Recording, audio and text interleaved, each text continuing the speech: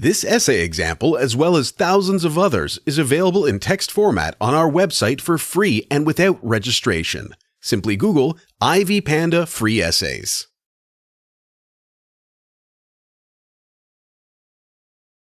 Introduction. Moral virtue was defined by Aristotle as an individual's disposition to make the right decisions as a mediating action targeted to balance excess and deficiencies, which were considered vices. People can learn moral virtue by establishing different habits as well as practicing reasonable actions. Thus, virtue can be described as a matter of establishing appropriate attitudes toward both pleasure and unpleasant moments.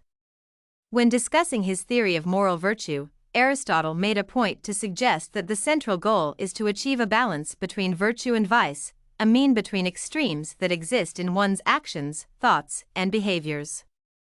Within the moral virtue theory, Aristotle stated that people must do the right thing because it is considered right and not because there is a personal gain that can be achieved from it.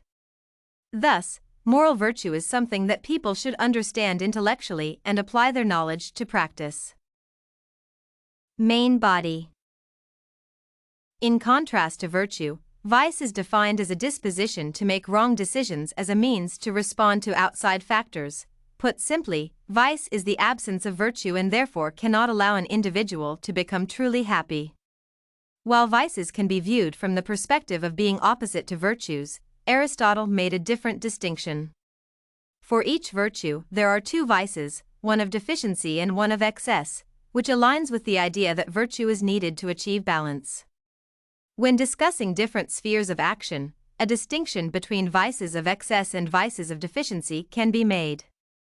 For example, in the wealth sphere of action, charity is considered a virtue while greed is a vice of excess and stinginess is a vice of deficiency. Notions of virtue and vice directly relate to Aristotle's ideas of character education, which he considered to reference the solid foundation of the philosophy of life, especially when it comes to educating oneself in politics and ethics.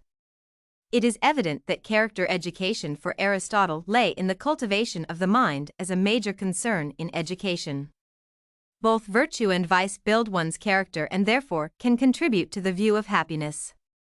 Happy people are those who manage to cultivate their character and mind to high degrees and maintain the acquisition of goods within limits that they can manage. Therefore, character education leads to happiness that is equal to the amount of wisdom and virtue. The latter can be divided into two kinds, intellectual and moral. While intellectual virtue is improved and increased through instruction, moral virtue is the end product of habit. Conclusion. In a general educational system, character education can be associated with teaching people how to exercise their virtue to contribute to the lives of others while also enriching their own lives. This can be done through charitable and community work, which is sometimes included in extracurriculum work. However, such work is rarely the focus of educational programs because theoretical knowledge and other skills such as reading or writing are unfortunately considered more important than character education. Teaching students moral and civic virtues is an essential component of education because it will prepare them for future lives in a grown-up world. Since moral virtue implies finding a balance between vices, character education will contribute to building interpersonal and societal skills, without which striking a balance between vices will be near to impossible.